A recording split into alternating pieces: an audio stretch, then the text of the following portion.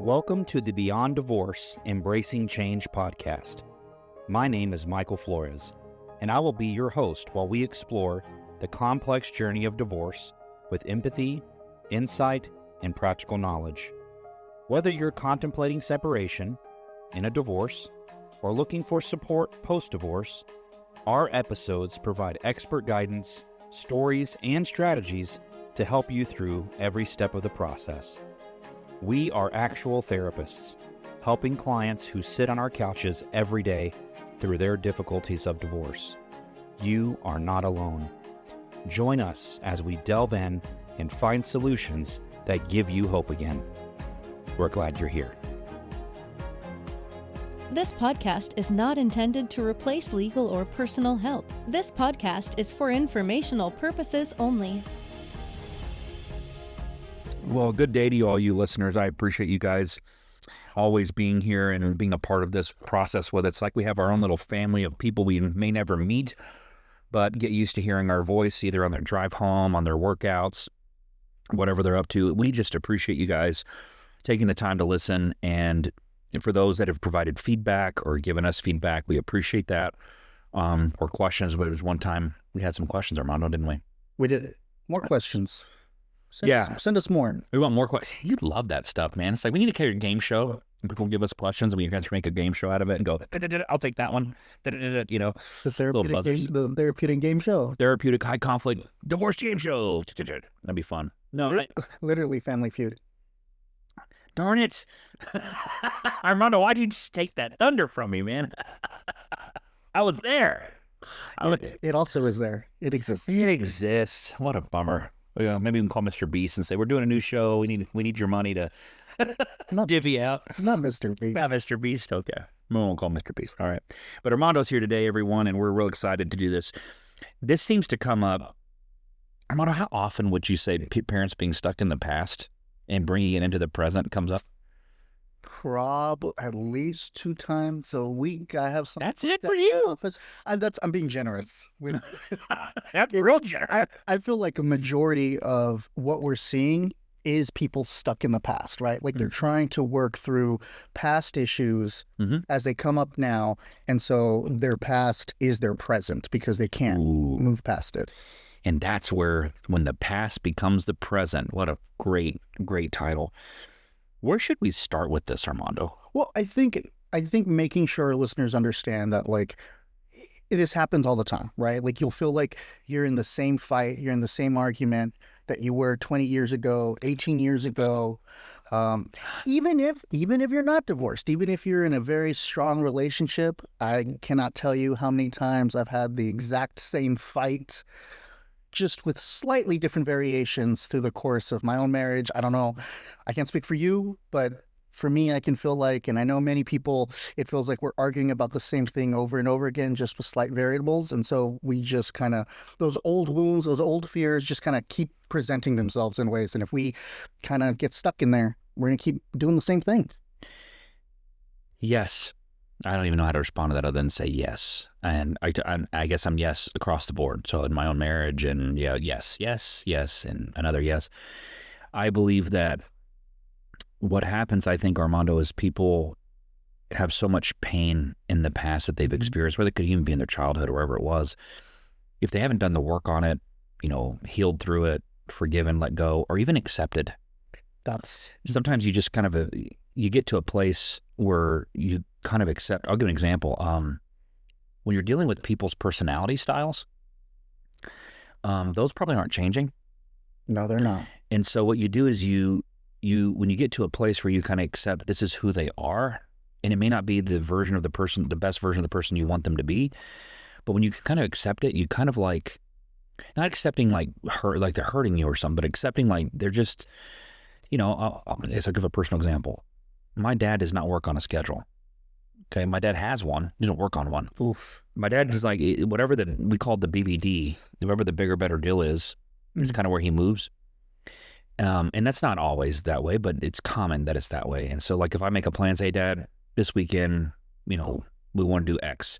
But I said, sure, no problem. It's not uncommon that weekend comes up. Oh man, I forgot about so-and-so invited me to, well, so-and-so invited him yesterday. But I had talked to him. Yeah, I talked to him related. Yeah, it's a bigger, better deal, right? It's more of what aligns with what I want to do.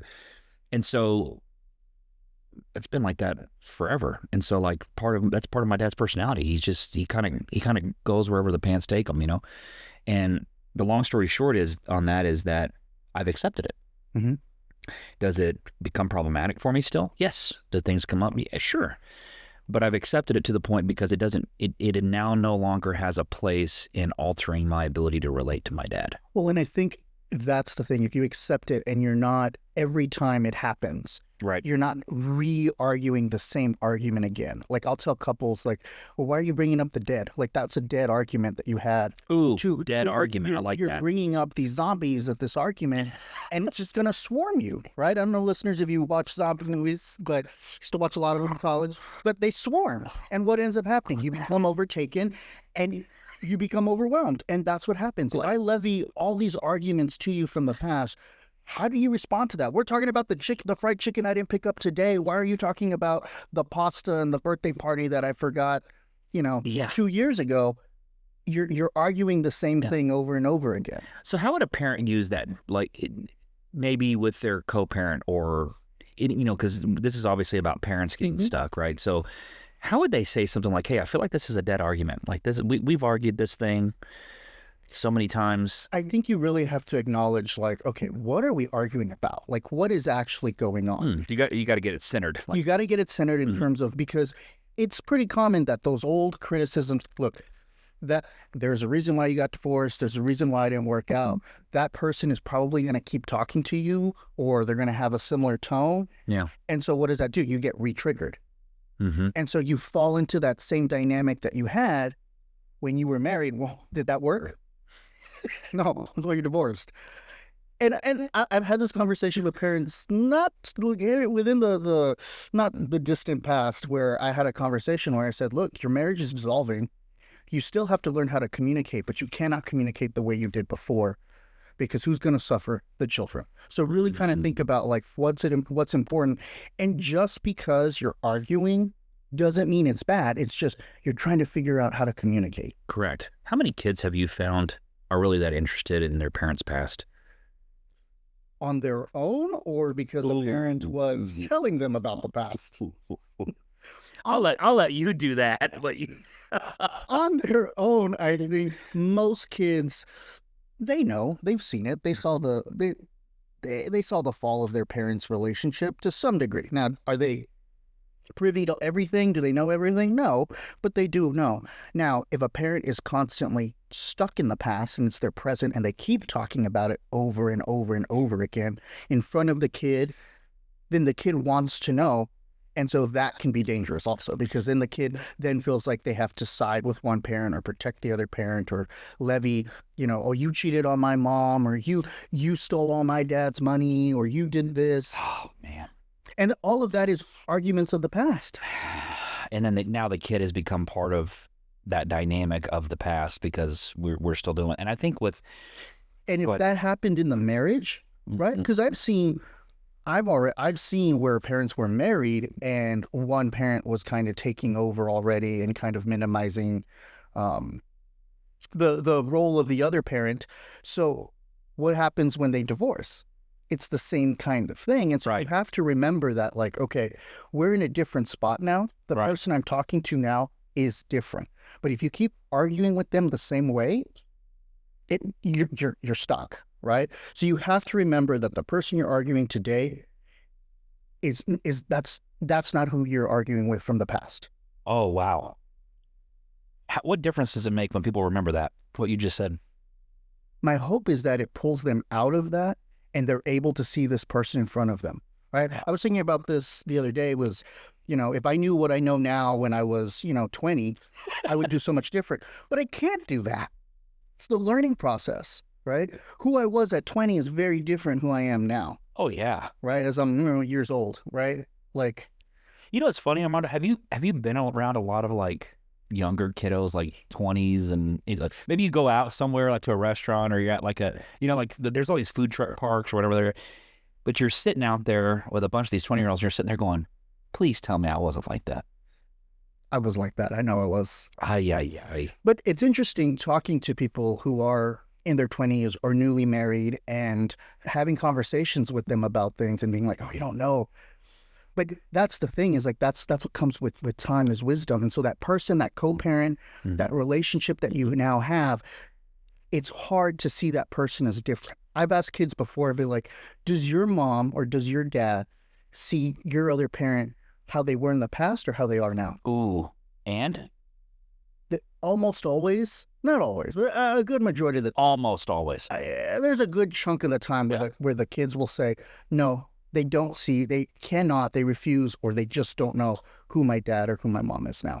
Well, and here's what we're finding, when we're doing reunification and we're making progress with kiddo or parent or whatever it may be, or kiddos and parent, it seems that the parent who's the non-participant is not getting the opportunity to see that change in real time, because it's happening in those moments and they're not there to experience it. So that non-reunifying parent is still seeing that parent for who they were, not who they are or who they're becoming. They're going off old information. They're going off old intel, which is not sufficient or any close to what we have going on right now. So then you have the dynamic where the non-refined parent may ask the kids, how's it going in the therapy, how's it whatever, and that child may know that parent doesn't see the difference or know that there's a difference, so they don't really tell them there is one, right? Oh, it's fine. So you know what I'd like to do to fix that? Put the parents in the room together. And then they say what? What do these parents say because of their past? They go back into, oh, this isn't true. This is not who you are. I know who you are. Yep. When they go in the room together, or they start with, I can't be in the room with them. And then you're like, oh, okay. Well, if I could tell you what happened, which is also something back there, then you would understand why it's not a good idea to put us in a room together. But then when you do that, you put yourself, psychologically, when you talk about the past and you talk about trauma like that, what do? You put yourself back in that mindset. Yeah, so then you start to respond that way. You start responding that way. That's right. So talking about, again, like, I was driving on my way here and I was listening to music that I listened to when I was in my 20s, and I was like, and I realized, oh my God, this song is old. I'm old, right? that same emotion that I had, right, in college listening to that, it like pumped me up and I was excited, and I was like, it put me right back into that mindset of a 20-year-old, which is terrifying. Back when we were young, we used to call them the oldies. What do they call it now? It is still, I don't know. They don't call it the oldies? I don't know. The songs we used to call the old. It's my Apple playlist that hasn't changed in like that's awesome 15 years because. But what a great point you made, Armando, which is like when you sit in the room with the parent you divorced and you had no reconciliation or healing through that, you're going to experience all those old emotions in the room with them. And that old stuff that's unresolved keeps pumping up. And so here's the question. When does it stop? When does the old stuff not keep coming up? It's almost like you eat the good food, but then you have the reflux, Yeah. They get the reflux of their emotions. Yeah, it comes right back. Do you want us to show you how you don't have to deal with the reflux of your emotions? Like, what does it take? I think it really takes, like, accepting and letting go to some degree, but that takes your own work. I had a session not too long ago where we were talking, and I had this, and she was 18, right? And she was newly 18, and she wanted to kind of talk to her parents like, look, I'm not going to let you put me in the middle anymore. I'm 18. This is kind of, and it was wonderful, right? Like how she did it. So then I had her step out and I met with the parents, and I looked to mom and I said, what do you need from dad in order to be able to communicate? Because we got one more left, right? There was another kid, there was a younger sibling. And she turned around and said, I need an apology. And I said, okay, an apology for what?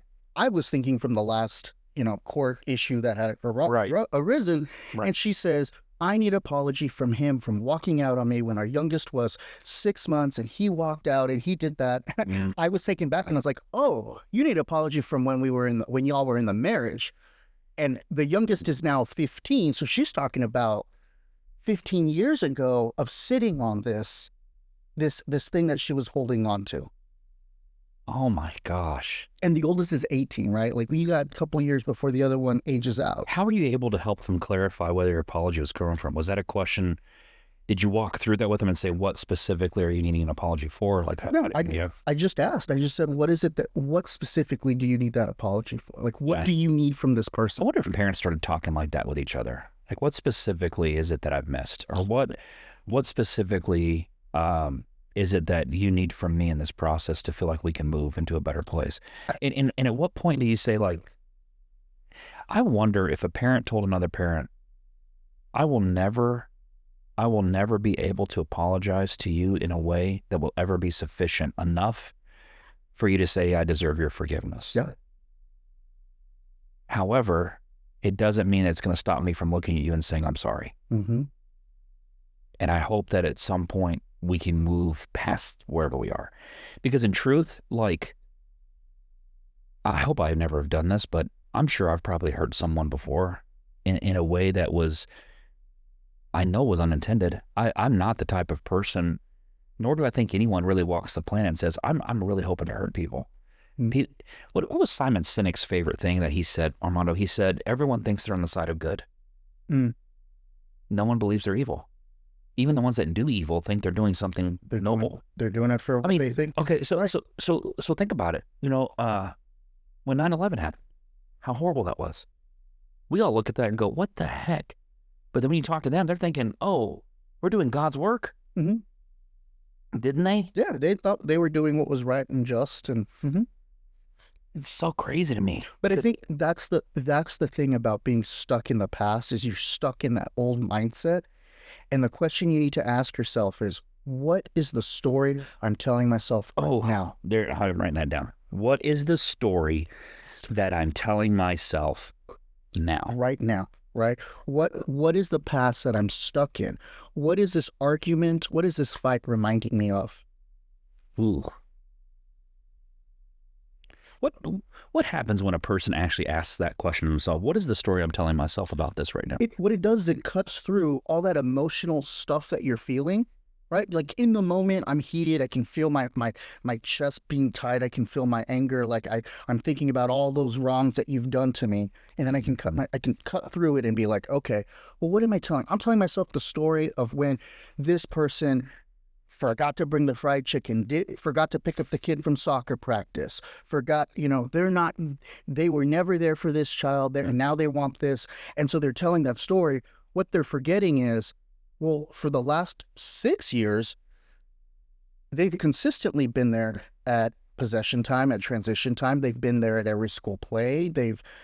Whenever the kid was sick, they communicated with me. Mm-hmm. So they're forgetting what has actually occurred, and they're holding on to that past resentment because it's unresolved. And sometimes it's going to be unresolved. Of course. And I think and I'm going to say this, our client, with a grain of salt, listeners, but our clients are lucky in that we're going to put you in a room together if we can, if you let us. When you decide you're ready for the emotional reflux to subside, we're gonna put you in a room together, and we're gonna burp you. It's gonna feel so good, but it's gonna be uncomfortable. It is gonna stink. It's gonna be rough. It's gonna stink. Oh my God. This is perfect. No, that's not a great analogy. I think they'll get it. You're uncomfortable, but you got to do something to kind of let it go, to release it. And I think,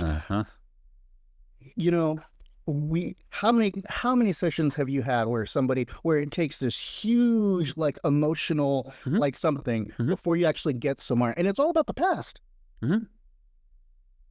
Are you asking me, like, how often? Yeah, all the time. My breakthroughs for people happen. It's gonna sound really crazy. I've had more breakthroughs when people were pissed off. The emotion had come back up. And I've had more breakthroughs in those moments because then I'm there in that moment going, let me ask you something while you're there. Like, I can break through you. Now you've shown it to me, right? There's a martial artist. I've seen his videos, and when he works with kids, and these kids are like, he's making them do these, like, punch me or whatever. And the kids are like crying while they're doing it. And as he's training these children, he tells them, I heard him tell this to a kid before. He said, there's a lion inside of you. And he said, and if you don't understand what it's like to see the lion, like, you don't understand what it looks like, how it plays in you, and whatever else. He says it will hurt someone, right? You won't know how to tame it because you've never spent the time understanding it. And so he tries to bring that heavy out of them. So sometimes it comes out in tears with kids, sometimes it comes out in anger, but he wants to elicit it so that way they can see it and then begin the process of taming it. And I'm thinking, this man is actually training men. He's training human beings to be able to do what we are. He's burping them young, and just like you do little babies after you feed them, you burp them, and people don't emotionally get to burp, when they go through heavy stuff in their past. I wrote something down after you had that question. Is what is the story I'm telling myself right now? And then the second part of that I said is, what am I making that mean? Right. That it's because always going to be this. Yeah, the meaning I'm putting to the story I'm telling myself is the truth that becomes the truth you tell. Yes. That becomes the narrative, the story you're telling everyone. And then that becomes the pattern in which you interact with this person all the time because you're stuck in that past, and it's that pattern and it's that cycle. And they just got a free psychology lesson, man. The listeners just got a free psychology lesson. And I'll tell you, listeners, if you want to do that, you can come into our office and you can pay us every session to do the same past argument over and over again, or you can be intentional. Ask yourself those questions. And you know what? You can burp yourself. You don't even have to burp in that other person's face. Because a lot of people want to do that. We're stuck in our past. We're burping all the time. But no, it's so good. That's your analogy, but I'm going to go with it. No, well, you use the burp part. I use the other analogy. You use that. A type of an emotional reflux. So let's go through that. What is the story I'm telling myself? I made that mean this. Mm-hmm. And then your second part to that is, after you recognize the story you tell yourself and what you're making it mean, now what do you do, Armando? Now you make a conscious choice to do something different. Because, and I guarantee you, if you think back, there are times that you have done something different. Yes. Because if you hadn't, you'd still be in that marriage. You'd still be in that relationship. Yes. That something different is hard. Those exceptions are important. And that's where you really have to dive into, okay, where did I do something different? How do I not keep doing this? Yeah, and you said it so clearly earlier, too, and that's the part I was hoping to hit again, is once you put meaning to the story you're telling yourself, you're now responding to that person in that place. So now you're seeing them respond to you in the way you're responding to them, which means they're now stuck with you back there because you keep seeing me this way. Yeah, you've pulled me back into the past, and so I'm responding the same way I did 20 years ago. So here's a good question. So how do you suppose your co-parent wants to be seen by you? Who they are now. Not who they were. Not who they were. Who are you now? That's probably what I would do next, right? What if they ask that kind of question? Or even take acknowledgement of, I recognize that you're a different person. I'm a different person. There it is. You're a different person. Right. Let's figure out how these two new people can work together for this child. Ooh. It's so true, though, because I will tell you that some of their behaviors don't look different, but that doesn't mean there's not change. It's true. And here's the other thing about this. It's not just co-parenting, but if you get into a new relationship and you're stuck in the past, guess what? Why do you keep dating the same person over and over again? Because you keep acting the same. Why do I keep finding the same person? Why do I keep finding people that are bad for me? I've had the people say it to me. You're stuck in that past. You're stuck in that pattern. So I'll tell you what I learned this, and it wasn't mine. I remember being at a training, and they said, first marriages, you typically marry your opposite. Okay, so you marry someone that's, if you're an extrovert, they might be an introvert, or, you marry the opposite version of self in your first marriage. If you divorce, right, you subconsciously pick person that's more like you. Your second marriage is typically picking someone that's just like you. Makes sense? And then you realize you don't like them either. Because you know what the divorce rate is of second marriages? It's like 60. It's like it's higher. It's higher. It's either first 5 or something. It's like in the 60s. Yeah, it's in the 60s because 60% of second marriages end in divorce. So first you marry your opposite. Second you marry your same. And I don't even know if they got on to the third. I don't know. Money. at that point, it's just like, how does this fit? Yeah, just a companion. Just a companion, just for financial. But I don't know. I don't cynical. Let me be better. No, you can be cynical. I mean, it's okay. Let people say, hey, you're wrong. That's okay. We'll take it. Well, what we're trying to do is just trying to show patterns. Like when you don't work through those things in your past, right, and you stay stuck back there, you're going to repeat cycles, and you're going to wonder why they happen. I think Bruce Lee's quote was, the pain goes away when it's done teaching you. Mm-hmm. So like when you finally get the lesson that you're meant to get from what the past was teaching you, you now get to move on from it.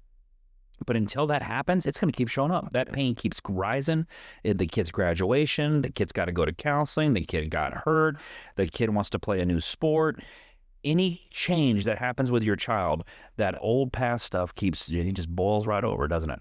Well, and here's the thing. Another burp. Change is constant and always happening. And so you cannot stay stuck in that past. And I think that's what I would encourage. And that's why they don't grow. Yeah. Yeah. Like, think about it. Like look at your patterns. How can I change? Right. Mm-hmm. So that would be intentional with your patterns. Yeah. And I think we just talked about this. I noticed a note here. It says past tends to surface most clearly in moments that involve vulnerability, uncertainty, and shared responsibility. Mm-hmm. When you're vulnerable, like all those things Mm-hmm. flood back in. Yep. And so being able to, when you're in that vulnerable state, ask yourself those questions. What is this reminding me of? What is the story I'm telling myself right now? What am I making this story mean? It really helps be intentional in changing things differently. But again, you have to do that work yourself. You're going to have to learn to burp yourself, I guess, for lack of a better... Here we go again. But no, you're not wrong. I mean, you have to have the courage to recognize that you have personal things you need to do different. Mm-hmm. And it may mean that no one else notices, but you do, and you make those changes and those differences. And guess what happens? Go ahead. You want to? No, you finish your thought. Well, I'll just say systemically, what happens is when you change, everything around you has to. So you reminded me of a session I had once where I had these parents come in, and I'm not going to pick on the dad, but the dad in this situation, the dad had not done his work, right? He was reacting the same way, and the mom was sitting there, and she just kind of sat there and said, okay. And afterwards, I asked her, I said, well, what was helpful about this? And because sitting there, I was like, well, this wasn't a very productive session. As he kind of went off, and she just sat there, and I was like, all right, we're going to stop it. Like, like it did not look productive from where I was sitting. And so I asked, I was like, was this helpful? Right. And she said, yes. And I said, oh, it was. What was helpful? You were shot by an answer. I was just like, okay, well, what did we do? What was helpful? I'm lost. So I can do more of that. And she said, I internally did not let those things that he said mean the things that they used to say. Ooh. I was able to tell myself that he's just angry, and that doesn't mean anything about myself. I didn't know how to respond, so I didn't say anything, but internally, and I sat there and I was like, oh, dang. And that's her work, right? Nobody may have seen it, but she knew that she was responding different and she was growing. Yeah. And I think that was powerful for her in terms of her interactions with him. That was her signal that, hey, you've done the work. Mm-hmm. That she's doing the work, and she's like, I can do this now. I can sit in this room with him. I can, whatever he says, it's not going to impact. What did it take for her? Do you know what it took for her to burp? She was doing a lot of her own individual work. She was doing her individual work. She was doing her individual counseling, and it showed, right? And, and you'll never know. It sounds like her counselor was holding her accountable to herself. Even if she was walking in and talking about how horrible her ex was or how horrible, it sounds like that counselor said, okay, that's great. Can you change that? No. Okay, let's talk about how do you respond given... Yeah, how can you respond in a way that's more conducive to your genuine self? And you don't let those old emotional daggers kind of go through and make you fall backwards into that hole of the past. What is the past supposed to do for us psychologically? Why do you suppose human beings have the capacity to remember their past? What's the purpose of that? To learn, so that we don't make the same mistakes. But how do we? And this is the thing in therapy: people don't use their past like that. So I always use the example of, well, where do you want to go? Right? When you drive a car, if you're looking in the rearview mirror, what's going to happen? As you're driving, and you're just staring at the rearview mirror, looking at the rearview mirror more and more. Oh, you're going to run into something. You're going to run into something, right? Mm-hmm. But the rearview mirror is important. So you got to focus the majority of time you should be looking forward, right? And occasionally you can look at your side mirrors and see where you are in relation to other people. But do you have to look in the rearview mirror every once in a while? Sure. Why not? Because if you don't, what's going to happen? Well, you get hit from the back. You're going to get somebody's You going to could get sneak up and smashed. get you. Yeah. So you use it, but you don't look all the time. But you also use it as directionals. But it's funny because what was the statement? I'll tell you two things I learned about that because I had car guys. There's a reason they make your windshield 100 times bigger than your rearview mirror because you're supposed to be looking forward. Mm-hmm. Okay, that was one. The second one I heard was from a movie. I think it's called Raging Bull. And I think Raging Bull. I think it is. I don't know if you've seen it's an old movie. Yeah, no. But I think there's a scene in there where I think that's what it's called. I could get the movie wrong, but supposedly there's a scene in this movie where they're traveling from like New York to California, doing like a crossroad deal, and the guy takes the rearview mirror and he rips it off. Because we're not looking back. Yeah. Yeah, and the guy goes, "Why'd you do that?" He goes, "Because we're going that way." So it's almost like we don't need to look behind us. We need to be looking where we're headed, not where we've been. And it's a great signal to all of us. Like every co-parenting session I've had, or every time I've worked with parents, neither one of them ever says, "I want to repeat what we've done." I'm dead serious. Even if the parent, if you think the other parent got the good end of the deal, they still don't want what they've repeated in their past. It's weird. They've always told me, "I don't want what I've done. What do you want instead?" Mm-hmm. And it could look different, but the truth is both of y'all want something different. You just start there. And I think one thing that I've seen you do really well is, this is your compliment for the day. Well, thank you, Armando. I appreciate it. One thing I've seen you do really well is you help when they're stuck in the past and they're giving their indictments and they're talking about stuff. You're able to cut through that in a really very artful way and get them to notice what they align, what they agree on, which is in the future of the kid. So you get them to stop looking at the rearview mirror and looking forward. And I think that's helpful for them to cut through it in the minute, in that moment of the past, and kind of say, okay, well, what are we here for? What is the future? What are we looking forward to? And I would encourage you to do that, listeners, is really think about, like, where do I align? Where do I agree with this other co-parent and not get stuck in the past? So, Armando, I'm going to give this to the listeners, too, as a little nugget. I trained what I listened for. And I know that you know what I'm talking about. Mm-hmm. I think great therapists and I think great human beings, they learn to listen for the things that build solutions. See, when you're sitting in a room and you're triggered, it's because you are looking and your body is waiting and anticipating that thing that's going to keep you stuck. And so you listen for it. And so you're better. I'm going to give the comment to I don't know if it's a compliment or not, but to the listeners, when you're sitting in therapy with us as co-parents, you're literally listening for the thing that bothers you. Yep. I'm listening for the thing that changes you. Make sense? So my ears are actively trying to hear something completely different. What's funny is we're all hearing the same things, but we're coming to different conclusions because I'm not hearing, right? I'm not trying to listen for what you're listening to. I'm listening for the exception. And what's funny is I appreciate your compliment, but I love letting them both go through it and then hearing the complaints and then going, "It sounds like you da-da-da." And they go, "Yeah." And then I turn to the other one and says, "It sounds like you want the same thing." And then they go, "Yeah." And I go, "Oh, okay." So then I go parental alignment, right? So we align here, we align here, we align here. Once I get a list of alignments, all of a sudden I start realizing we want the same thing. And then I just go, now we just have to decide how we get there, the method of getting there. Exactly. I think that's what good co-parenting work is. And I will tell you that I appreciate that. And I will tell the listeners, train your ear to listen for the thing that you're hoping for and not the thing that hurt you. But I think, and part of that is making sure you're at, like, where is your mindset at? Are you in that past, right? Because even those small shifts of thinking and and listening that way creates huge ripples, and that's going to change the patterns. So you're not in this cycle of the past is not your present, right? Those small shifts, asking yourself those questions, being like self-reflective. That example I gave of that mom that was like, she focused on I was able to manage my emotions and not let those words tell me those same things that I had told me. So let's wrap this up, Armando. I hope if there's anything else you want to highlight through here, please do. But I will say this.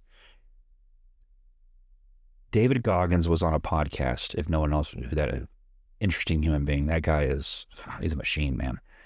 But David said on a podcast, once I heard, and he said, a healed person has no want or gets no satisfaction in you getting hurt.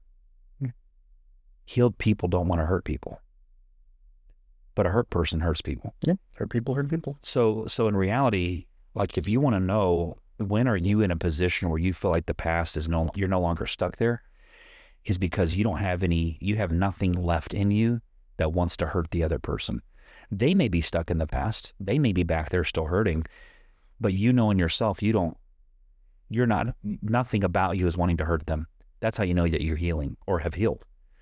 And to me, I healed, like when I talk to a parent with a kid and they're struggling with their relationship with their kid, I know when that parent is healed, because that parent wants nothing more than just to love their kid. They're not even correcting them. The kid can be angry, upset. They're not even trying to correct them. They're just trying to understand them. Mm-hmm. And to me, when you fully have healed, you have no intention, you have no interest in hurting the other person. That's how you know you've healed.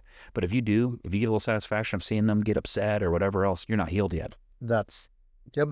I'm dead serious. No, you're right. I mean, you're right. I cannot tell you how many parents I've like called out and being like, okay, you did that out of pettiness. Like you were doing that pull a Tom on me to get something on someone. And you know what's funny? I know when you said that, because what do? They always go, yeah, you're right. They'll smirk and be like, yeah, or they won't even admit. They'll just smirk and the dad the other day, and I was like, you know what you were doing, and he goes, well, yeah, and he didn't say yeah. He just kind of made a little smirk, and I'm like, so now you know what makes me laugh about this? It's like these adults are just big children, just got more creative on how they hurt each other. That's again, they're stuck in their past. They need to be burped. All right, everyone. Good burping for you. If you're burping now, that'd be hilarious. Imagine someone burped right when we said that'd be hilarious. I'd be like, oh my gosh, I just write in if that happened. Write it in if that happened. Yeah, like I had a good get your emotional burp. Well, gosh, Armando, this topic was amazing. I feel like, did we miss anything? Is there anything that you wanted to highlight? No? Okay. I'm really glad you brought this one up, because it does come up so often. It came up a lot this week, so it was on my mind. Oh yeah. And here's what I think we're trying to really say too, is it doesn't mean the past isn't significant. No. It does not mean the past should be ignored. What it means is that if you stay there, you're going to recreate that past in your present, which means it will become your future. It's the same past. So when you have decided, I no longer want a future or a present that looks like my past, you have to decide, what story am I telling myself? What am I making that mean? Right? Mm-hmm. And what am I going to have to do different so that I can experience it different? How am I going to take my emotional burp? Really think, yeah. How are you going to be different? Mm-hmm. How are you going to show up different? How are you going to listen different? And your mile marker is, I'll know I'm healed when I no longer want to see or create an experience for the other person to be hurt. I no longer want that. That's when you know you're there. Mm-hmm. Makes sense? Because I no longer take satisfaction in their pain. I no longer want to see them in pain. That's when you know that you've healed. That's when you're different. 100%. Because healed people want nothing more than goodness for other people. That's when you know you're dealing with a healed person. 100%. Well, thank you, listeners, so much. Gosh, that was a lot. That was a lot for me too. So you listeners, if hopefully you didn't cut us off somewhere halfway in there and go, man, I can't keep up with these people. But I do appreciate you guys staying with us. And I appreciate you so much for listening in and letting us have these really fun topics to talk about with you, and hopefully that these topics make a huge impact in your life and help you move in the right direction. If you do need to, saying it again, if you do need to go get an emotional burp and you need a therapist to help you with that, we would highly encourage you to seek one out. It does not have to be us, but find someone who challenges you a little bit. Find someone who's pushing you. If it feels good, you're not in therapy, okay? It needs to be more than feels good. It needs to feel a little heavy. It needs to challenge you, and it needs to cause you to say, hey, I have some more questions, or I have some more thoughts on that. And I want you guys to really do the work, because when you do, the other side of this coin is one of the greatest things you'll ever experience. I mean, think of you as children when you maybe couldn't ride your bike and then finally figured out how to do it, how amazing that feeling was. And we seek those feelings out in life all the time. So push yourself, I'm encouraging you to do the work, to get yourself in a place where you can be the best version of yourself for your children, for your future, and for the well-being of everyone that ever gets in, be in your presence. So we love you guys. We want to see you keep doing well and keep moving forward, right, Armando? Keep moving forward. Don't stay in the past.